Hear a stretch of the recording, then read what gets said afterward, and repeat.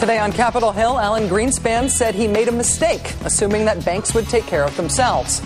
Actually, Mr. Greenspan, they were taking care of themselves quite nicely for a while there. Congressman Henry Waxman grilled the maestro today. He will be here in a little while to talk about it. First, though, it's time for a few underreported holy mackerel stories in today's news. What would you think would be a good target number for voter registration efforts? What percentage of the eligible population being registered to vote would be something a state should be proud of? How about 98%? 98% of eligible voters in Michigan have now registered to vote in this year's election. 98! So says the Michigan Secretary of State. Since the last election, 30,000 people have actually moved out of the state of Michigan, but still the voter registration numbers are up in that state by hundreds of thousands. Regardless of which candidate or party gets an advantage from this, it makes me feel very small d democracy proud of Michigan.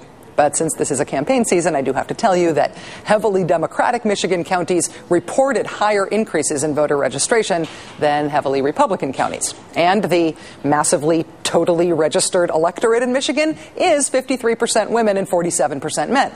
And we all know that women favor Obama in the polls by tons. So it's probably good Michigan news for Obama and for down-ticket Democrats. But as I said, mostly it just makes me proud of Michigan. Now, speaking of voting, if you're showing up early to vote in Florida to try to avoid lines on Election Day, joke's on you. The people who are laughing might be the Republicans in the state legislature. The Miami Herald reports that in 2005, a roughly party-line vote in the Florida legislature passed a Republican plan to limit early voting in Florida. Before the limit law passed, voting centers could stay open 12 hours every weekday. Now that's cut to just 8 hours. Before that law, early voting centers could be open 8 hours a day on the weekend. Now they can only be open 8 total hours across both weekend days. And early voting sites are now limited to libraries, city halls, and election headquarters. That wasn't the case before.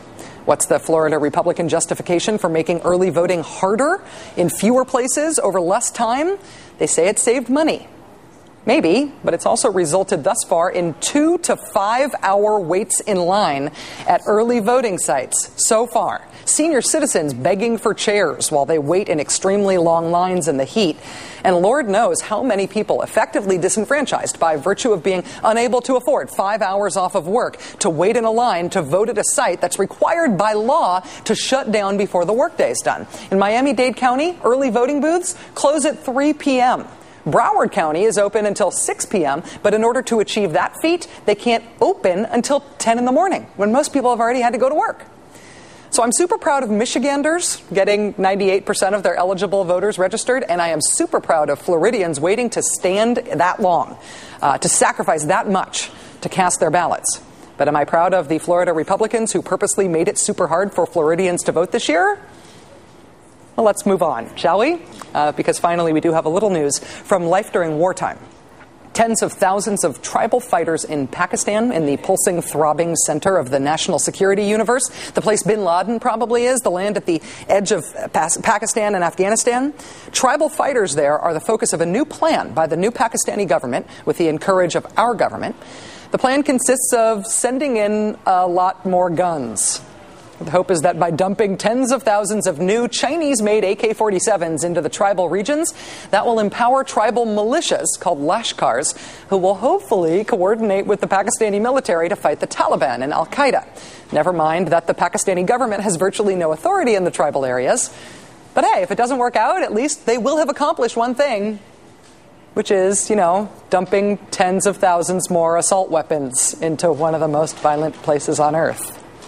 So there's that.